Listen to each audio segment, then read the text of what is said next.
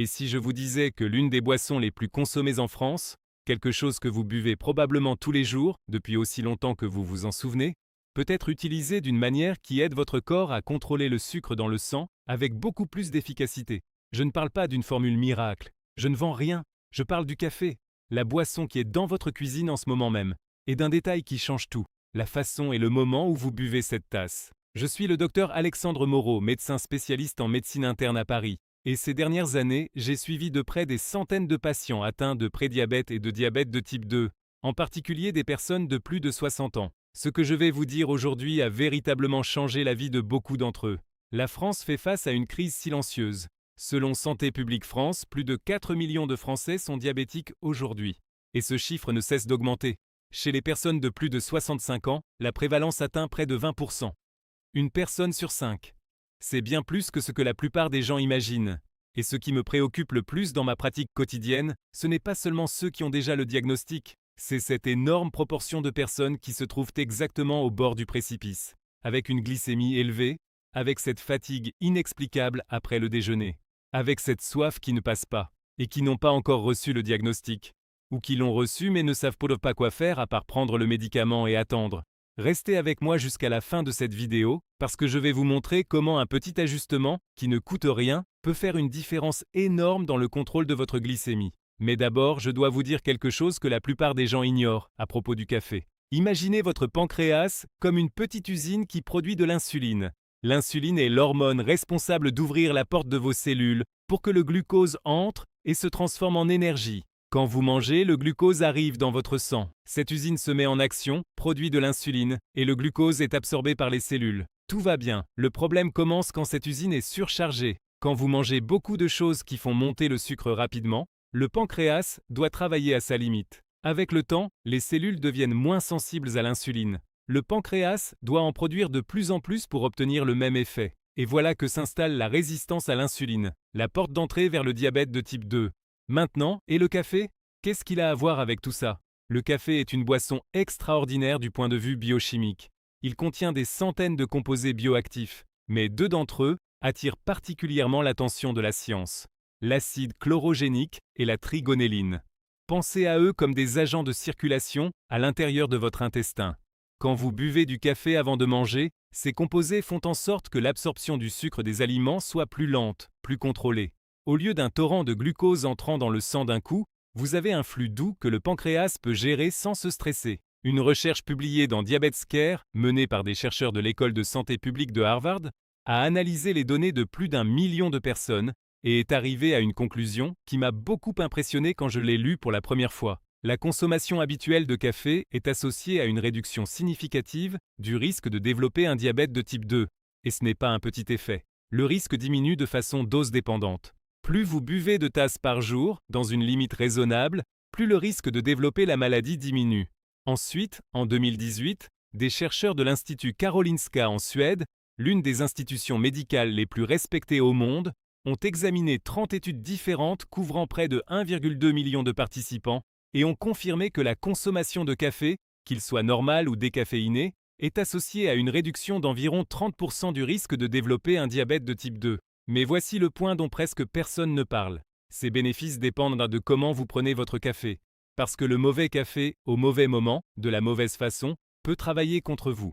Et c'est exactement ce que je vois se produire en consultation avec une fréquence qui m'inquiète. Je vais vous parler de Monsieur Bernard, 72 ans, retraité, un homme d'habitude. Il buvait du café depuis ses 17 ans et en était fier. Mais quand il est arrivé dans mon cabinet, sa glycémie à jeun était à 138. Son hémoglobine glyquée, qui est la moyenne du sucre dans le sang sur les 3 derniers mois, était à 7,1%, au-dessus de ce qui est souhaitable. Il m'a dit: « Docteur, je fais tout bien. Je bois du café tous les jours, je marche 3 fois par semaine. » Alors je lui ai demandé de me raconter sa routine avec le café, en détail, et j'ai découvert le problème. Chaque jour, au réveil, avant de manger quoi que ce soit, il prenait une grande tasse de café noir bien fort. Puis il en prenait une autre à 15 heures avec un biscuit sucré. Et parfois une troisième avant de dormir parce qu'il pensait que ça l'aidait à se détendre. 3 erreurs classiques que je vais maintenant vous détailler. Erreur numéro 1. Le café à jeun dès le réveil. C'est la plus courante et celle qui fait le plus de dégâts. Quand vous vous réveillez après une nuit entière de jeûne, votre corps a déjà le cortisol élevé. C'est l'hormone du stress. la même que vos glandes surrénales produisent quand vous êtes dans une situation d'urgence. Le cortisol ordonne déjà à votre foie de libérer du glucose dans la circulation sanguine pour que vous ayez de l'énergie pour affronter la journée. C'est un mécanisme de survie normal. Le problème, c'est que la caféine potentialise cet effet. Elle stimule encore plus les glandes surrénales, libère plus d'adrénaline, et le foie répond en envoyant encore plus de glucose dans le sang. Et vous n'avez encore rien mangé. Résultat, vous n'avez même pas mis un morceau de pain dans votre bouche et votre glycémie a déjà augmenté de 20 à 40 mg par décilitre. J'ai vu des examens qui prouvent cela chez des patients qui surveillent leur glycémie en continu. Une étude publiée dans le British Journal of Nutrition a confirmé cet effet. Prendre du café pur à jeun après une nuit de sommeil peut élever significativement les niveaux de glucose dans le sang dès le matin. Erreur numéro 2. Le café avec du sucre, un édulcorant artificiel ou de la crème.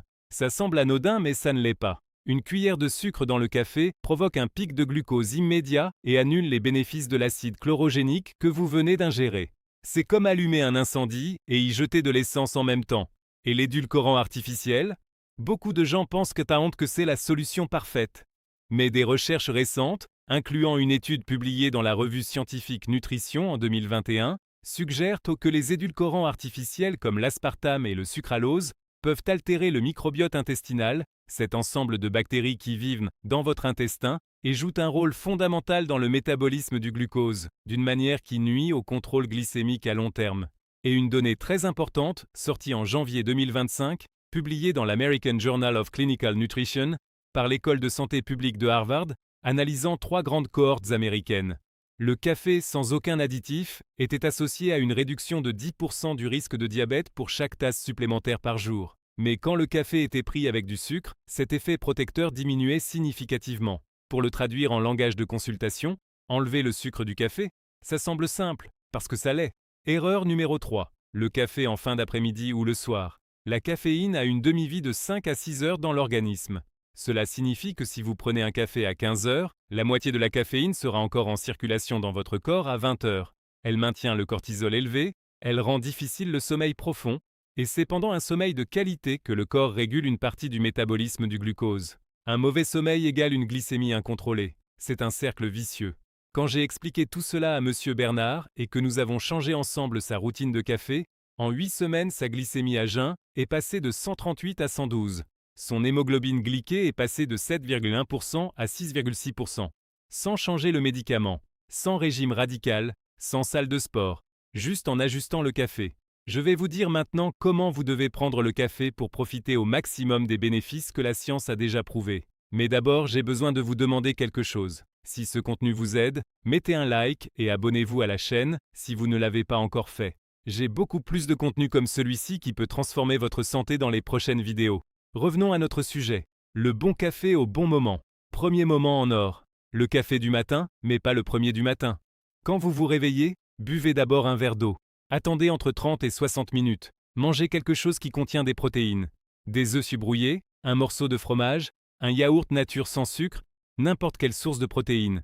Seulement après, prenez votre café. Et prenez-le pur, sans sucre, sans édulcorant. Pourquoi les protéines d'abord ? Parce que les protéines amortissent l'impact de la caféine sur le cortisol. Elles fournissent des acides aminés que le foie utilise plus efficacement. Et cela empêche ce pic de cortisol qui envoie du glucose dans le sang pour rien. Une recherche publiée dans le Journal of Clinical Endocrinology a montré que consommer des protéines avant les glucides et la caféine réduit le pic de glucose après le repas. Et si vous voulez potentialiser encore plus, ajoutez une demi-cuillère à café de cannelle en poudre à votre café. La cannelle contient des composés qui imitent partiellement l'action de l'insuline, aidant les cellules à absorber le glucose. Une revue publiée dans la revue Nutrient a montré que la consommation régulière de cannelle peut contribuer à une réduction modeste des niveaux de glucose à jeun. Ce n'est pas un médicament, mais c'est un allié. Deuxième moment, le café avant le déjeuner. C'est un secret que peu de gens connaissent. 20 à 30 minutes avant le repas principal, prenez une petite tasse de café pur sans sucre. L'acide chlorogénique présent dans le café va agir comme cet agent de circulation que j'ai mentionné avant, ralentissant l'absorption du sucre des aliments que vous allez manger juste après. Cela réduit le pic de glucose après le repas, qui est l'un des principaux déclencheurs du développement du diabète de type 2. L'étude menée par des chercheurs du Brigham and Women's Hospital, affilié à Harvard Medical School et publiée dans Diabetes Care, a prouvé que les composants du café, en particulier l'acide chlorogénique et la trigonelline, réduisent significativement les concentrations de glucose et d'insuline dans les 15 premières minutes après l'ingestion de glucides, comparé au placebo. Cet effet est réel, mesurable, et vous pouvez en profiter sans rien dépenser. Troisième moment, après l'exercice physique. Vous marchez? Vous faites une activité physique? Alors faites attention. Dans les 30 minutes après avoir terminé votre marche ou tout exercice, prenez une tasse de café pur. Quand les muscles sont actifs ou viennent de travailler, ils deviennent beaucoup plus réceptifs au glucose. Ils fonctionnent comme une éponge qui absorbe le sucre du sang pour l'utiliser comme énergie. La caféine à ce moment-là potentialise cet effet. Elle aide les muscles à absorber le glucose avec encore plus d'efficacité. C'est une fenêtre d'opportunité métabolique que la plupart des gens laissent passer. Et concernant la quantité totale de café par jour, l'Organisation mondiale de la santé, ainsi que la plupart des directives médicales, considèrent que la consommation de 4 à 5 petites tasses de café par jour, dans un cadre sain, est sûre pour la majorité des adultes. L'Institut Karolinska, dans la revue de 30 études que j'ai mentionnées, a trouvé que ce volume est dans la fourchette de bénéfices protecteurs contre le diabète. Mais chaque personne est différente.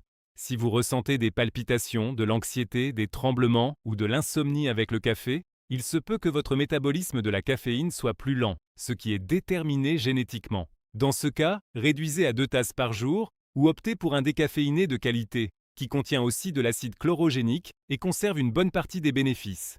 Ici entre une histoire que je dois vous raconter.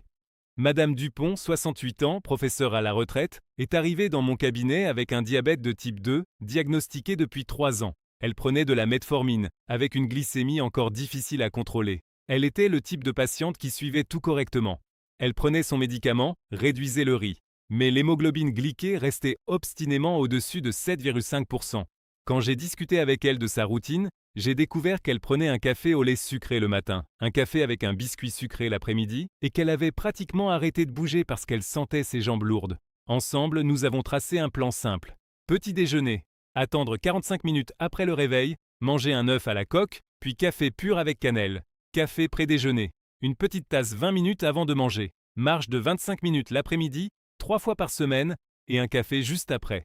Nous avons éliminé le café sucré de l'après-midi et le biscuit. 6 semaines plus tard, elle est revenue au cabinet avec un sourire que je n'oublie pas. L'hémoglobine glyquée était passée de 7,5% à 6,8%. La glycémie à jeun était à 109. Elle m'a dit « Docteur, je me suis réveillée avec de l'énergie pour la première fois depuis des années. Je n'ai pas changé son médicament. J'ai changé sa relation avec le café.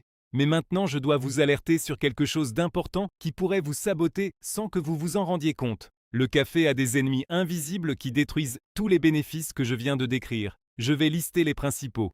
Ennemi numéro 1. Le sucre de n'importe quel type. Raffiné, roux, de canne, miel.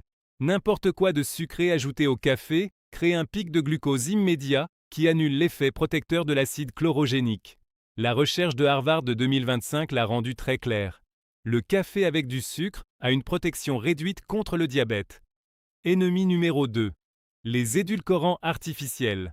Comme je l'ai expliqué avant, il y a des preuves croissantes que l'aspartame et le sucralose perturbent l'équilibre du microbiote intestinal, qui est fondamental pour un métabolisme sain du glucose. Si vous avez besoin de sucré, essayez la stevia naturelle, qui jusqu'à présent n'a pas montré ces mêmes effets négatifs dans les recherches disponibles. Ennemi numéro 3. Le café industriel, soluble en sachet. Ces produits contiennent fréquemment du sucre caché, des graisses hydrogénées et des additifs qui compromettent la qualité nutritionnelle. Privilégiez le café en poudre naturelle, 100% arabica, fraîchement préparé. Ennemi numéro 4. Le café accompagné d'ultra transformés. Pain demi-blanc, biscuits fourrés, gâteaux industriels. Quand vous combinez le café avec ces aliments, le pic de glucose des glucides raffinés est si important qu'aucun acide chlorogénique au monde ne peut compenser. Et pour finir, je vais vous parler de ce que j'appelle la triade de protection. Parce que le café fonctionne encore mieux quand il s'inscrit dans un contexte d'habitude saine.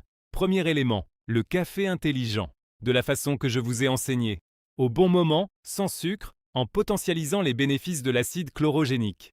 Deuxième élément, le mouvement. Vous n'avez pas besoin d'aller dans une salle de sport. 30 minutes de marche à un rythme modéré, 3 à 5 fois par semaine, suffisent pour améliorer drastiquement la sensibilité à l'insuline.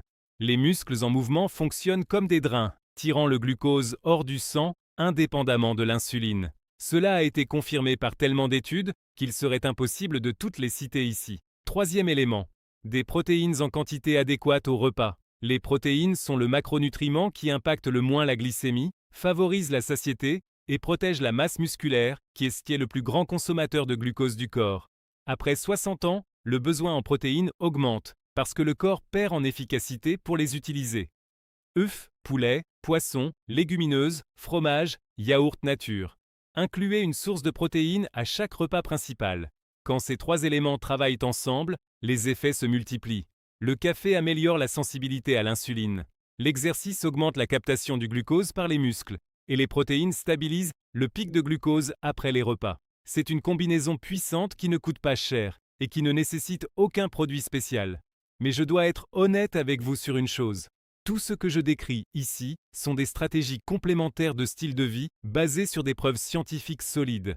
Elles peuvent beaucoup aider, mais elles ne remplacent pas l'évaluation et le suivi médical. Si vous avez déjà un diabète diagnostiqué et que vous prenez des médicaments, ne changez jamais la dose et n'arrêtez jamais de prendre le médicament de votre propre chef. L'idéal est que vous apportiez ces informations à votre médecin, que vous en discutiez ensemble et que vous fassiez des ajustements avec un suivi professionnel. Maintenant, laissez-moi vous poser une question. Avez-vous un membre de votre famille, un père, une mère, un frère, une sœur, un ami proche, qui lutte contre un taux de sucre élevé ou qui a déjà un diabète? Partagez cette vidéo avec cette personne maintenant. Vous lui offrez peut-être une information qui va changer quelque chose dans sa vie. Une information de qualité, basée sur la science, est l'un des plus grands cadeaux que nous pouvons offrir à ceux que nous aimons. Je veux vous laisser avec une pensée que je porte en moi depuis des années en médecine. Votre corps n'est pas votre ennemi. Votre corps essaie tout le temps de s'équilibrer, de se guérir, de s'adapter. Quand la glycémie monte, quand la fatigue ne passe pas, quand les jambes gonflent, ce sont des signaux. Ce sont des appels à l'aide que le corps lance. Et souvent, ce qu'il demande n'est pas une nouvelle pilule. Parfois, c'est un petit changement, comme l'heure à laquelle vous prenez une tasse de café. La santé ne vit pas à la pharmacie, elle vit dans les habitudes du quotidien. Dans la prochaine vidéo, je vais vous montrer quels sont les 5 aliments que les personnes prédiabétiques doivent éliminer de leur alimentation le plus vite possible. Parce que ces aliments font monter silencieusement la glycémie, et la plupart des gens n'en ont aucune idée. Abonnez-vous et activez la cloche pour ne pas manquer. Je suis le docteur Alexandre Moreau, et ce fut un immense plaisir d'être ici avec vous. Prenez soin de vous, prenez soin de ceux que vous aimez.